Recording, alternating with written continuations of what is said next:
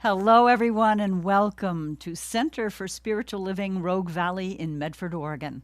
I'm Kimberly Hawkins, Spiritual Director here, and we are so grateful that you each decided to join us for our Sunday celebration. We are a welcoming and inclusive spiritual community dedicated to teaching spiritual tools to transform personal lives and help make a world that works for everyone. We welcome you no matter where you happen to be on your own personal spiritual journey. With me this morning to do our invocation and reading is Rev Michelle Ariano, and our musicians this morning are Anton Miserak and Laura Berryhill, who now have for us our opening song.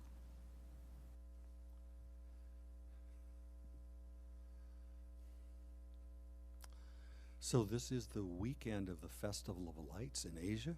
We're going to do a song from Diwali, a song that the girls sing, but everybody can sing it, to honor the ancestors, without whom we would not be here. All the ancestors back to the very first one. Bailini Ayo Timro Agana.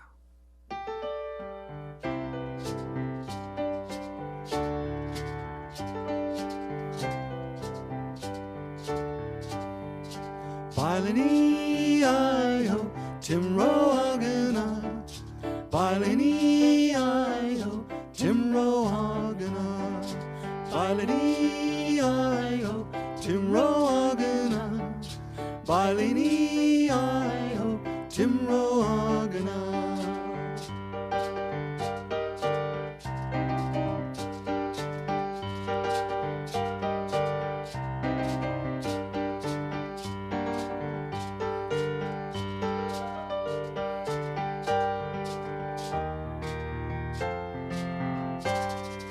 Bailini Ayo Timro Agana. Bailini Ayo Timro Agana. Bailini Ayo Timro Agana.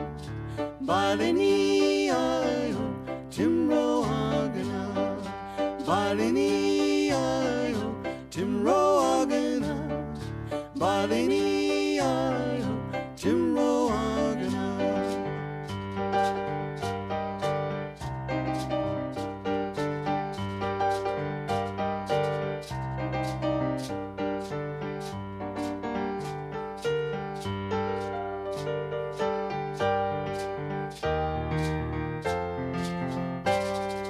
Bailini Ayo Timro Agana.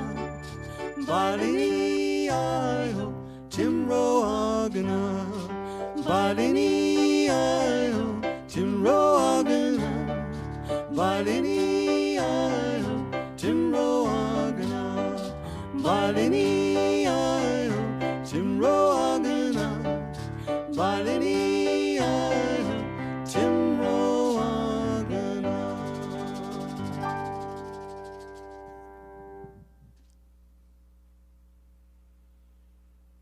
Hi, good morning. It is wonderful to be with you this morning.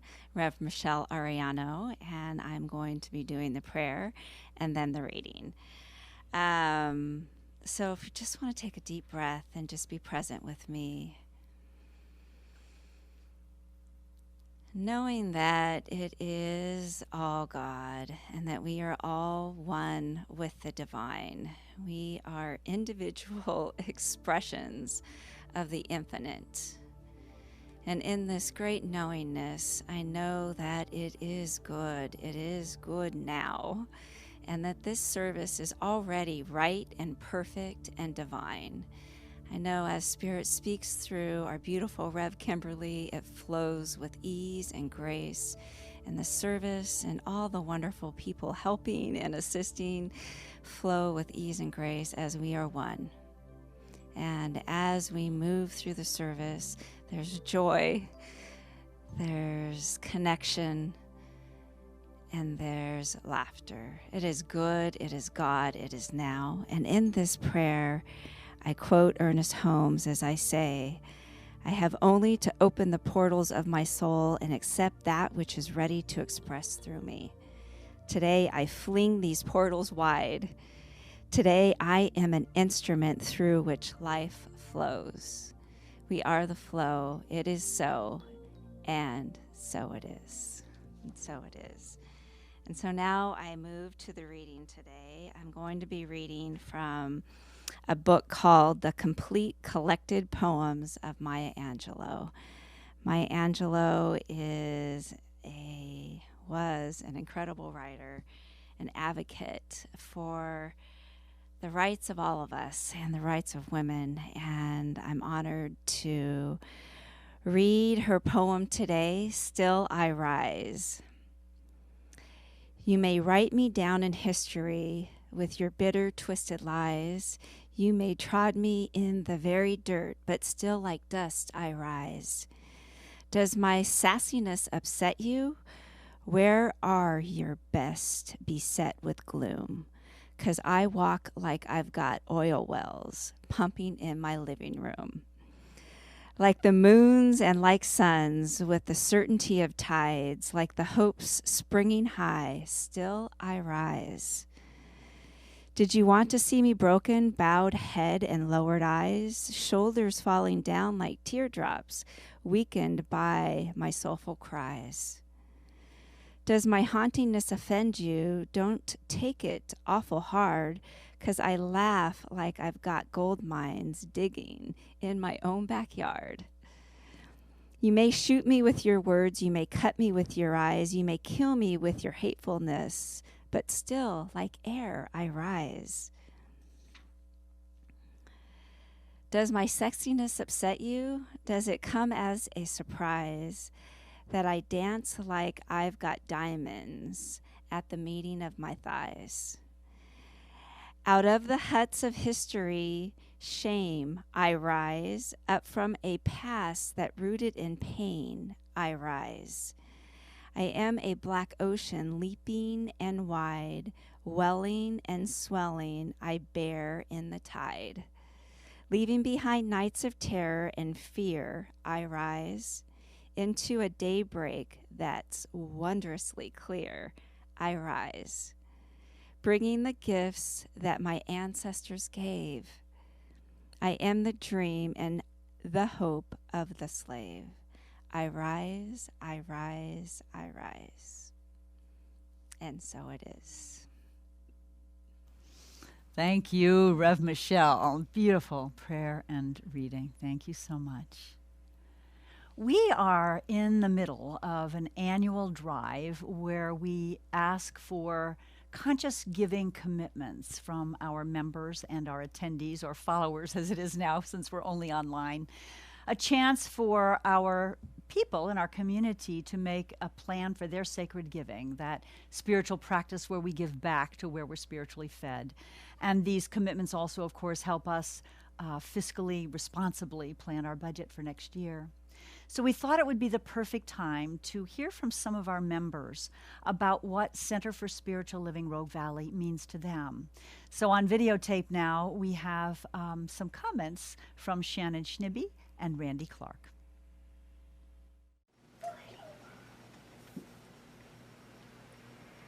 Hi, I'm Shannon. I'm Randy. I have been a member of the CSL Rogue Valley community for over 16 years. I'm now a board member, I'm happy to say, and I'm overseeing the marketing. We have our marketing meeting the second Monday of the month on Zoom at 3:30, and everyone's welcome. We'd love to have some more people helping out. I'm also taking the Essential Earnest class right now, which I've found to be very, very enlightening and inspiring.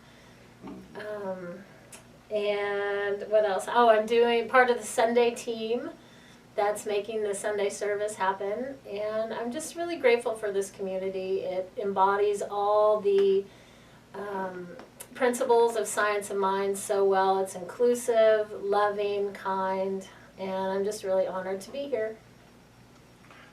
I've been coming to CSL RV now for about 2 years. I originally started to meet Shannon. Since I've started coming here, I've taken some classes, I've taken foundations, visioning, and I'm now in essentially earnest. The more I study Science of Mind, the more I fall in love with it, and the creator Ernest Holmes. I'm grateful for the people that I get to associate with here, and this place truly has become my spiritual family. I'm grateful to be here. Thank you. Thanks so much. We hope to see you real soon on Zoom and hopefully in person as well. Bye. Thank you, Randy and Shannon, for all you contribute, time, treasure, and talent. We wouldn't be us without people like you. Thank you so much for your kind words. And we go again now to Anton and Laura for another song.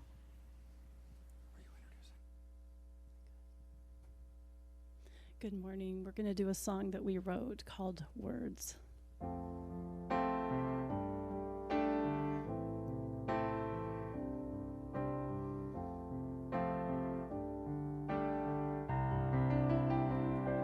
Let me express what is closest to my heart in a way that reflects the truth. Let me perceive with an understanding mind and the consciousness to choose. Let me look inside the universe's ever-changing dream. Let me co-create a world where love is heard and seen with my words of love, with my words of truth, with my words of trust, with my words of strength.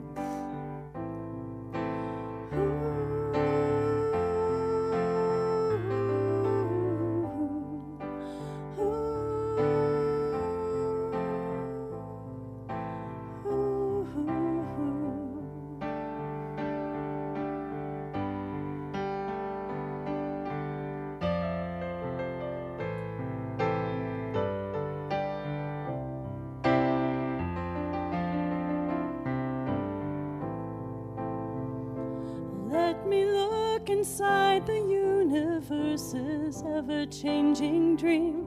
Let me co-create a world where love is heard and seen, where love stands next to courage and humility to strength, where joy reveals its power next to hope and peace, with my words of love, with my words of truth, with my words of trust, with my words of strength, with my words of joy, with words of hope, with words of love, with words.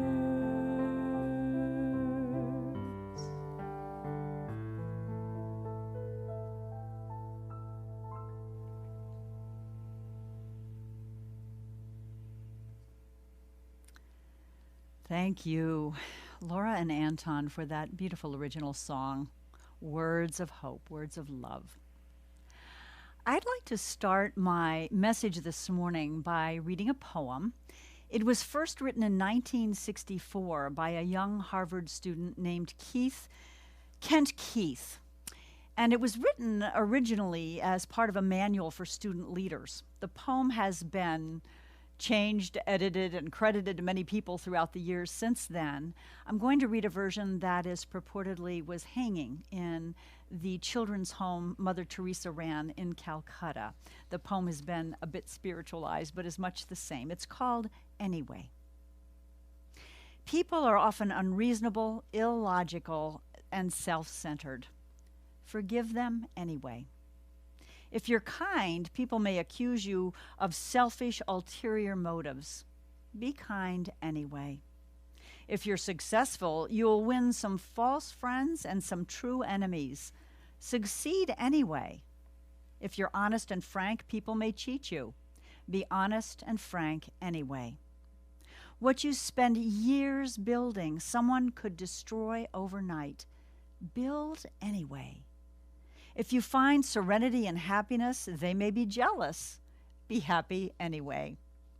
The good you do today, people will often forget tomorrow. Do good anyway.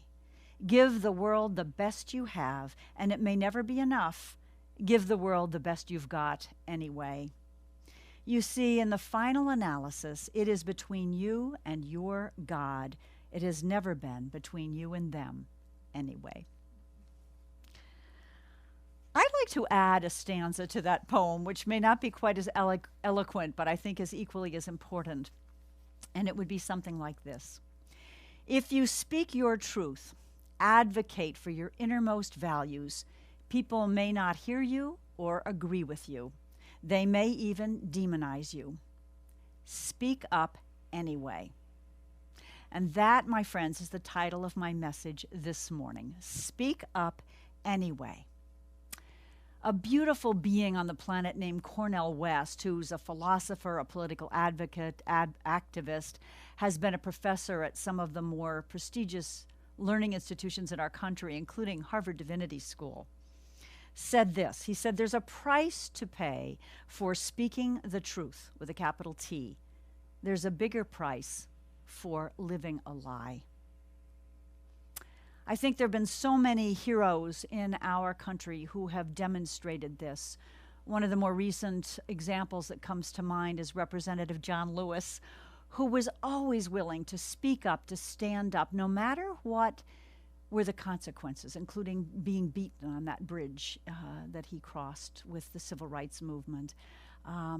He talked in his life, just to paraphrase him, about when we see something that is not right, not just, not fair, we have a moral obligation to say something, to do something, to go out and seek justice for all, just as that line from our Bill of Rights talks about in the Declaration of Independence, justice for all.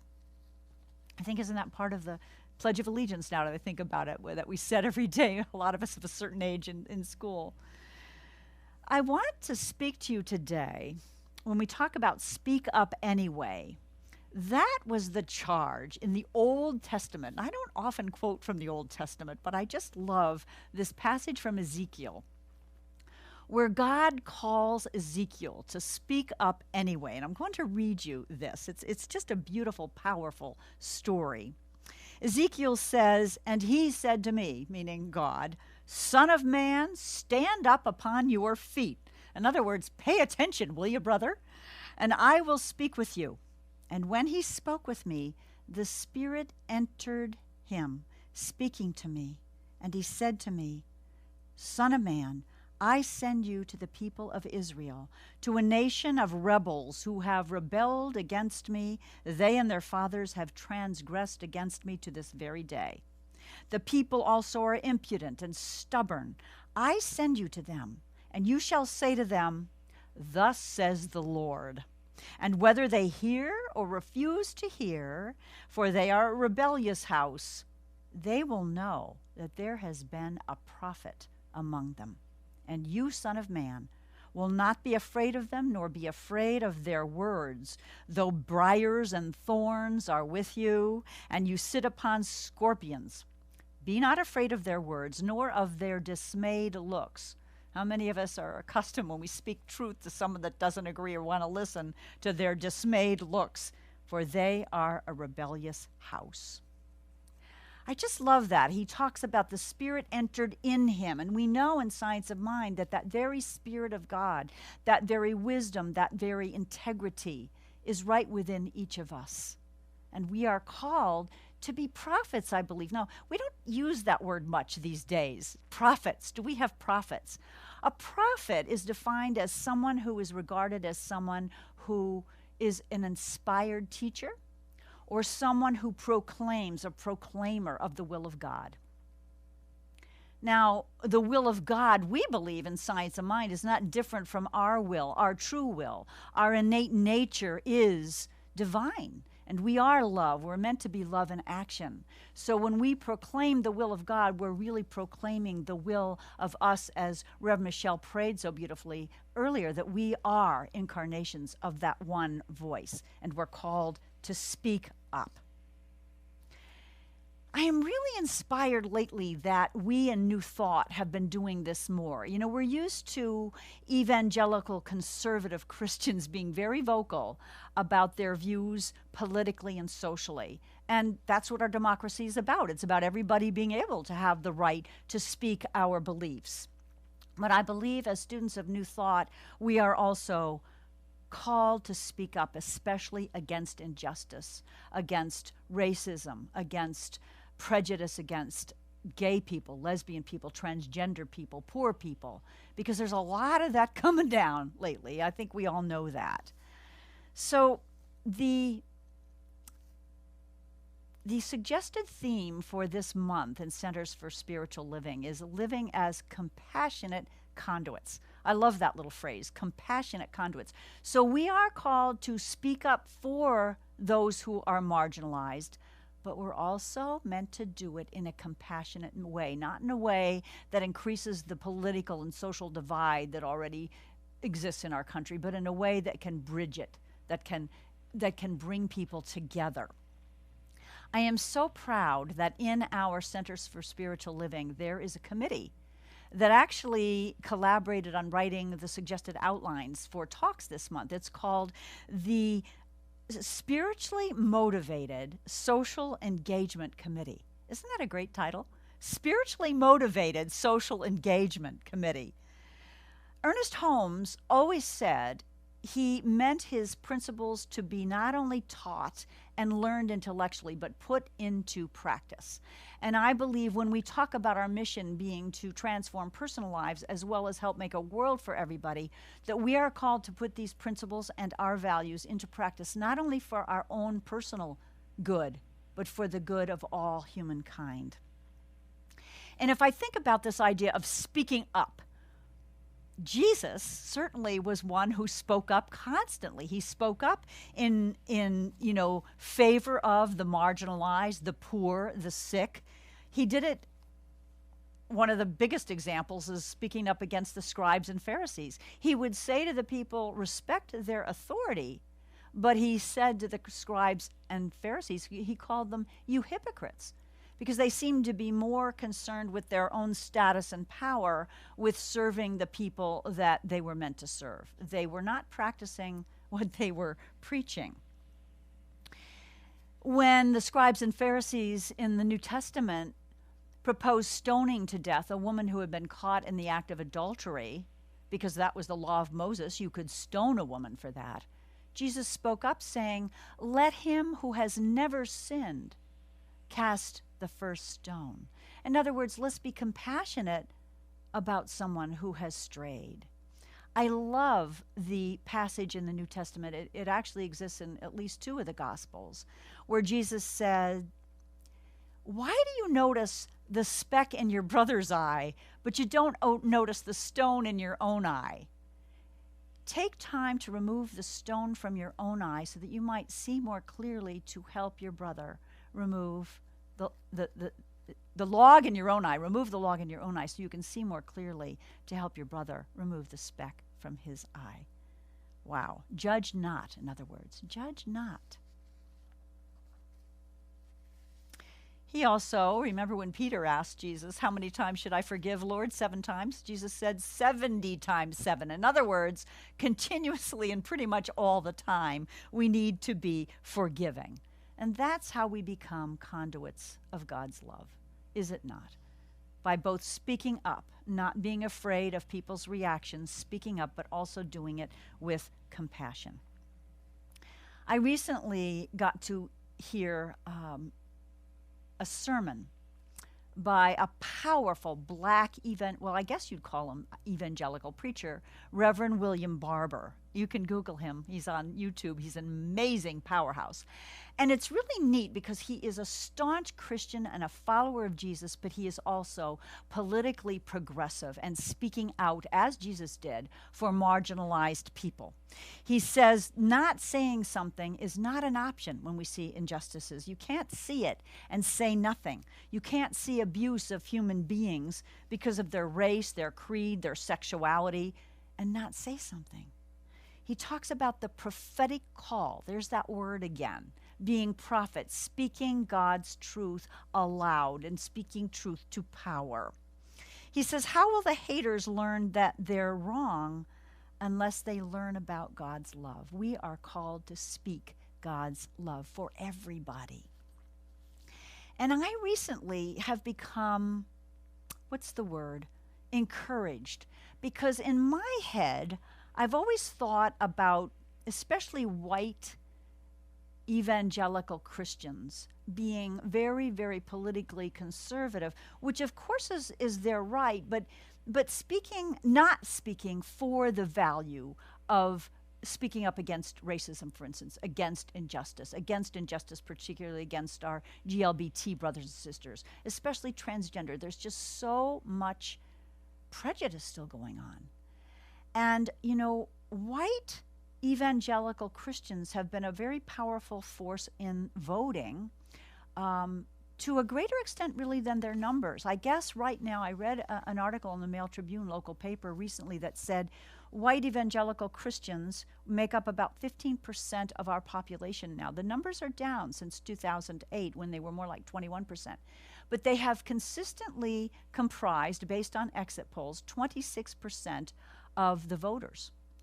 And now I find that other parts of our population who are more tuned in to progressive ideas and making a world that works for everybody are getting to the polls as well. For instance, young people who are not necessarily religiously affiliated but are progressive and want to see a world that works for everyone are going to the polls more. And I'm excited that not only are we in New Thought becoming more vocal about not you have to vote for this candidate or that candidate, but vocal about here are the values we believe in that we feel come from a divine source, and we will speak up for them, and we will speak up for those people who stand for them. And in addition, what is really hopeful for me is that not all staunch evangelical Christians even are politically right-wing, very ultra-conservative. There's a whole movement among evangelical ministers even that are now becoming progressive on social causes. For instance, there's a podcast called Evolving Faith, where ministers are speaking the words of Jesus because Jesus taught that we're to be loving and compassionate and that we're not to have a huge divide between the rich and poor, discriminate. And so it's just very hopeful to me. And frankly, I'm seeing maybe an ecumenical movement, not only among Christians, but among Muslims, among Jews, among Buddhists, where we all believe in the golden rule and believe in the preciousness of each human being and the right for each human being to be treated with respect and given the same opportunities for life, liberty, and the pursuit of happiness. I think this is a really cool thing that's happening in our country right now. Evolving faith. Ernest Holmes said we are to remain open at the top. And I'm thinking now that even more conservative religions are becoming more open at the top. In other words, there are things in the Bible that we don't take literally, that maybe made sense at the time, that no longer make sense. And so when I talk about speaking up, sometimes it's in big ways or maybe very public ways. Some of us have marched for things. By the way, our founder also said, I'll get to that quote later, that it's much more powerful to speak up for something than against something. But there are little ways we can speak up within our families. Some of us will be getting together with family over Thanksgiving, in our workplaces. And I heard a story last night that was very heartening to me. Our beloved Reverend Dr. Linda Rapond has a 30-something-year-old daughter named Megan. Some of you may know. Megan went to work recently for a company based in Washington. It's called Recompose. And they're in the death service industry, but they offer a green alternative to either cremation, which takes a lot of energy to cremate a body, or burial, which takes up a lot of our land. So they're a very green leaning company. And she went in to talk to the HR director recently, and the HR director was talking about Megan's 401k.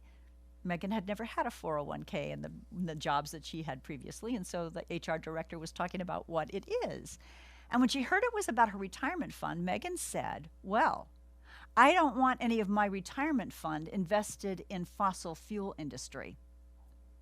And the HR director paused and went, oh my gosh, I'm not sure where those investments are going, but you know what?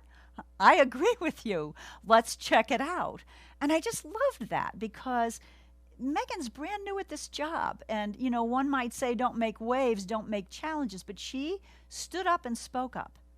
And as a result, that company that is already wanting to be green and environmentally, you know, sound in its practices will now look into where they make their investments. Love it. Thank you, Megan. And thank you, Dr. Linda, for giving me permission to share that story.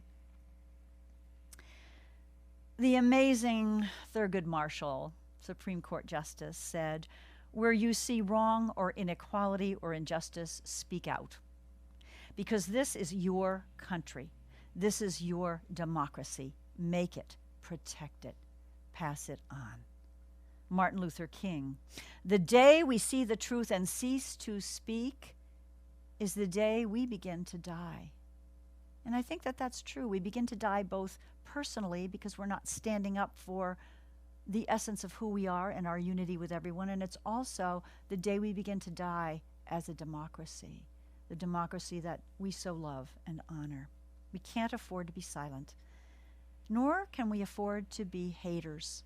So there's a line I think we tread of speaking out powerfully, speaking truth, but not doing it in a way that demonizes someone else or makes them an enemy or deepens the divisions that exist in this country. This is the quote I wanted to share with you from our founder, Ernest Holmes, in his Sermon by the Sea.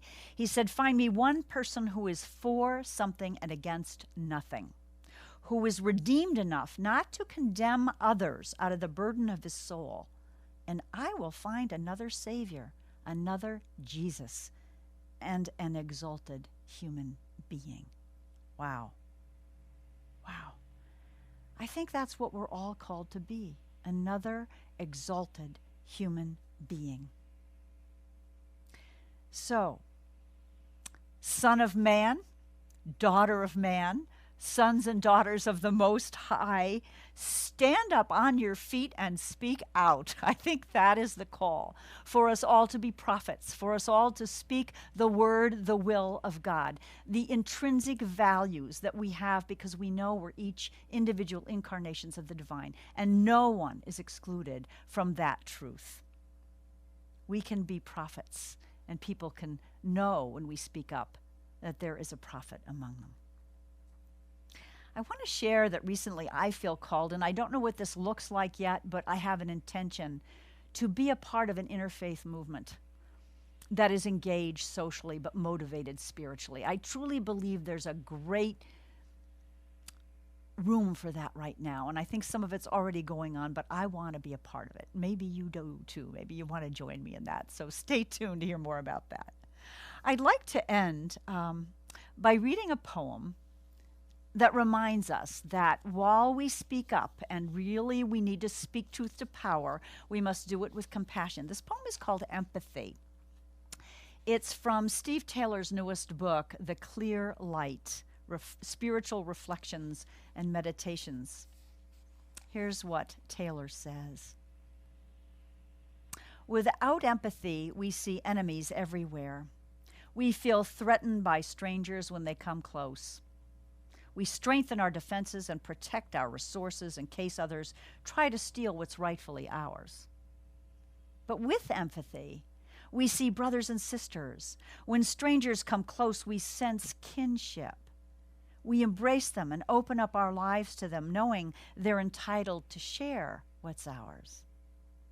Without empathy, we feel incomplete. The goal of our life is to accumulate, to build an empire, to claim ownership of the world so that one day we might feel whole. But with empathy, we feel no sense of lack. The goal of our life is to contribute, to alleviate suffering, to help heal the world and strengthen our connection to the whole. Without empathy, the world seems full of separateness.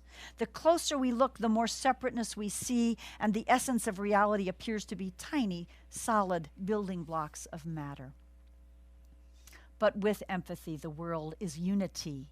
The closer we look, the more connections we see, and the essence of reality reveals itself as a vast space of formless oneness. Without empathy, other human beings are objects, machines made up of inert materials that we can use for our own ends and discard once they have no more use. But with empathy, every person is a universe, a mysterious spiritual space full of unknown forces and energies that we feel privileged to explore. Without empathy, the ego has a solid boundary. We live as prisoners trapped inside ourselves, and the torment of our isolation is redirected at the world as hatred. But with empathy, the self is soft and fluid. We're part of the world as the world is part of us. And through our openness, like a river through a channel, we feel an endless flow of love. In other words, we become conduits of compassion, conduits of God's love, when we're willing to stand up on our feet and speak up. Let's go into prayer.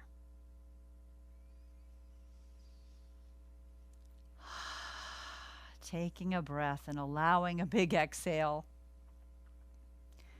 I invite us to sense, to know, to remember that one power and presence that birthed each of us, set the stars and the planets in their orbits, designed these amazing human bodies that circulate, assimilate, eliminate without our conscious thought. That power of love, of creativity, of beauty, of order, of unity, we are all part of it. Just as Ezekiel felt that spirit move within him, I know that each of us contains that very presence of the divine right within. And I know that we access it just as he did, that it speaks to us as we listen, that we are beautifully guided, that our actions might stand for that oneness that we are, for the compassion that we are, for the ability to stand up for the rights of every human being, no matter their color, their sexual identity, all the differences that make us so beautifully varied, honoring each and every one of them. And so I bless all those in our beautiful history who have been willing to stand up on their feet and speak up, no matter whether others agreed with them or not, no matter whether there was danger waiting because of that. Because I know as we do that more and more, each of us, as we join together to do that, danger subsides, truth prevails. We become prophets in our own time. And we create a world that is truly one that recognizes the preciousness, the awesomeness of every single being on our planet. I know that we're each given the courage, the clarity, the guidance to know when it is our turn to stand up and speak up. And when we do that, we are also given the wherewithal to do it with compassion, to do it without demonizing or making anybody our enemy, so that we might truly come together in this country and across the planet, joining hands, perhaps metaphorically right now, and only metaphorically, but joining our voices, joining our hands to create a world that cherishes and honors each of us. And oh my, just as Megan's speaking up in her company, as we're each willing to do that, we inspire each other. We inspire each other. We become prophets in our own time. So honoring those who are doing this in every faith tradition and those who don't practice a faith tradition, because these values of the preciousness of human life are universal. So I bless each one listening today, each one listening later on our recorded messages. I bless each one around the world, knowing as we come together, oh, beautiful magic happens. So I give thanks to know these truths. I give thanks for our beautiful philosophy. I release this word now into that responsive part of that one divine presence called the law, knowing it's heard, it's answered, and we say together, and so it is. Amen. I think I got to check my order of service because I sometimes get confused at this point. I think we go now to Anton and Laura for another song. Thank you. A song by Karen Drucker and David Bruner, the amazing minister at the San Jose Center for Spiritual Living.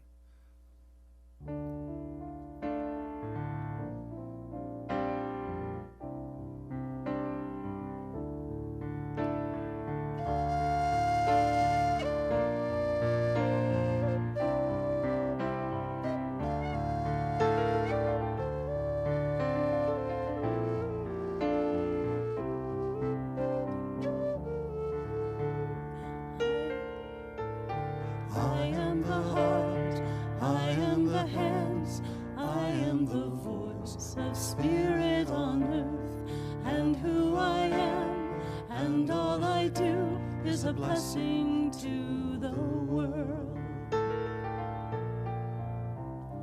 You are the heart, you are the hands, you are the voice of spirit on earth.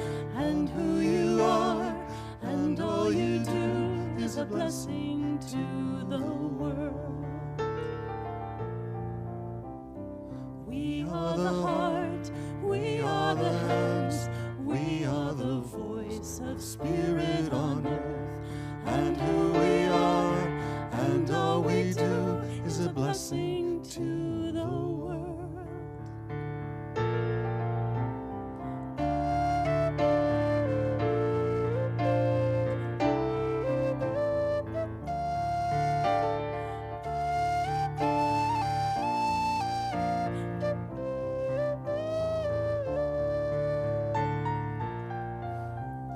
You are the heart, you are the hands, you are the voice of spirit on earth, and who you are and all you do is a blessing to the world. Blessing to the world. You're a blessing to the world.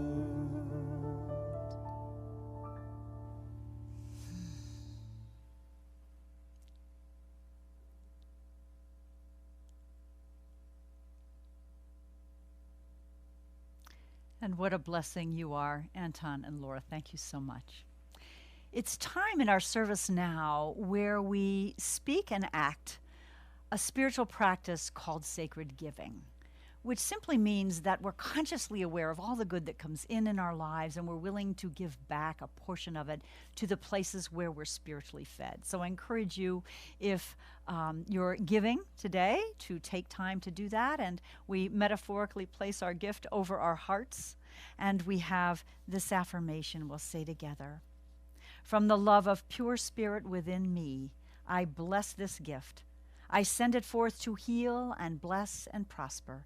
It is evidence of my faith and my belief. It does great work in the world, and it returns to me multiplied abundantly. There are several ways to give to Center for Spiritual Living Rogue Valley to help us continue our mission, helping to make a world that works for everyone. You can go on the old-fashioned way is to mail a check to P.O. Box 1458, Medford, Oregon, 97501, and that's CSL RV, Center for Spiritual Living Rogue Valley. Our website, which is cslroguevalley.org, has a donate button. There's also a donate button on Facebook. If you're watching us on Facebook, that's an easy way to contribute. I want to remind our members and our regular attendees that we've invited you to email your conscious giving commitment for 2021 to cslroguevalley@gmail.com. If your commitment needs to change anytime during the year, of course, you're welcome to let us know that that is the case. But this is so helpful, both to you to make a commitment to regular spiritual giving and to us as we plan our budget. We will be having a community town hall meeting a week from today on November 22nd at 1 p.m. The Zoom links for that are on our Facebook page as well as our weekly e-newsletter. If you don't receive the newsletter and you'd like to, there's a place to sign up for our email on our Facebook page, or you can contact us through the website. We continue to offer morning spiritual practice calls on Monday and Wednesday at 9 a.m. and Thursday evenings at 7 p.m. So please feel free to join us for that sweet time together. And I think that's it for our announcements. So we go now once again to Anton and Laura for our closing song.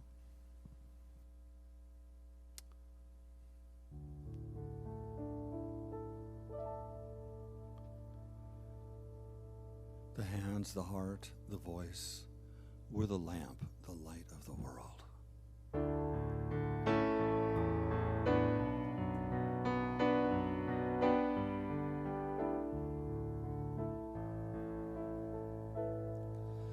Light your lamp and pass it on. Let it shine for everyone, so we all may know and we all may see that we are one great family. Light your lamp and pass it on. Let it shine for everyone, so we all may know and we all may see that we are one great family.